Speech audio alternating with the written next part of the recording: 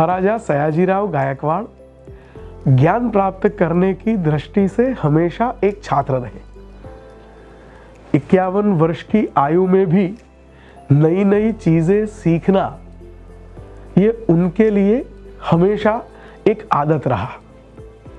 उनके साथ काम कर चुके श्री नाडकर्णी अपने अनुभव में लिखते हैं कि 1914 के आसपास वे नाडकर्णी जी से भारतीय संस्कृति और भारत के धर्म ग्रंथों में लिखी मूल बातों को समझने का प्रयास कर रहे थे। ज्यादातर धर्म ग्रंथ संस्कृत में लिखे हुए थे और उन्होंने जब नाडकर्णी जी को पूछा कि इन ग्रंथों की मूल बात क्या है, ये मुझे समझाने का प्रयास करें, तब नाडकर्णी जी ने उन्हें कहा कि मूल संस्कृत ये तो आपको आती ही होगी। हंसते हुए महाराजा साहब ने स्वीकार किया कि मेरे अध्यापक श्री इलियट ने मुझे अंग्रेजी सिखाई और ज्ञान दिया, पर उन्होंने संस्कृत मुझे कभी नहीं सिखाई, सो मूल संस्कृत मैं बिल्कुल नहीं जानता हूं। नाडकर्णी ऐसा करते हैं कि आज से आप मुझे संस्कृत सिखाना शुरू करिए। शुरू हुआ एक नया प्रवास। सुबह शाम 2-2 घंटे नाडकर्णी जी महाराजा साहब को प्राथमिक संस्कृत सिखाने का प्रयास करते थे। 15 दिन तक यह क्रम चला और उसके बाद उन्होंने नाडकर्णी जी को कहा कि मेरे लिए एक अच्छा सा संस्कृत का शिक्षक ढूंढिए।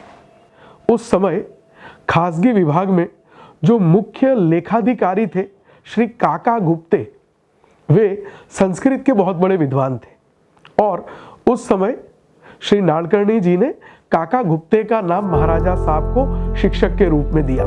श्री काका गुप्ते, उनको महाराजा साहब के रीडर की जिम्मेदारी सौंपी गई और महाराजा साहब का संस्कृत का शिक्षण शुरू हुआ। उनके इस संस्कृत के शिक्षण के अंत में वडोदरा में 1915 में संस्कृत महाविद्यालय की स्थापना हुई और उनके इस ज्ञान प्राप्त करने के प्रयास के कारण जो भी अलग अलग धार्मिक और सामाजिक प्रसंग होते थे, इन प्रसंगों का महत्व समझाते हुए हर एक विषय को गुजराती में छोटी छोटी पुस्तिकाओं के स्वरूप में प्रकाशित किया गया। वे चाहते थे कि कोई भी पंडित, कोई भी पूजा कराने वाला व्यक्ति, समाज का कोई भी व्यक्ति पूजा और विधि विधान के श्लोक से लेके संपूर्ण विधि को सरल रूप से समझ पाए।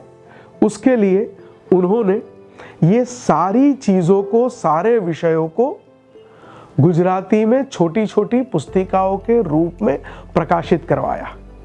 कोई एक व्यक्ति को ज्ञान प्राप्त करने की कोई उम्र नहीं होती। कोई भी व्यक्ति, कोई भी मनुष्य अपने जीवन के किसी भी समय काल में ज्ञान प्राप्ति की शुरुआत कर सकता है और जो विषय उन्होंने बचपन से ना सीखा हो, उसे भी अगर उनमें लगन है तो उसे सीख सकते हैं। महाराजा साहब की संस्कृत सीखने की जो लगन थी, उस लगन का परिणाम हमने संस्कृत महाविद्यालय और महाराजा सयाजीराव विश्वविद्यालय के विभिन्न आयामों के स्वरूप में देखा है और उससे न सिर्फ वडोदरा राज्य पर पूरा देश, विश्व और समाज लाभान्वित हुआ है।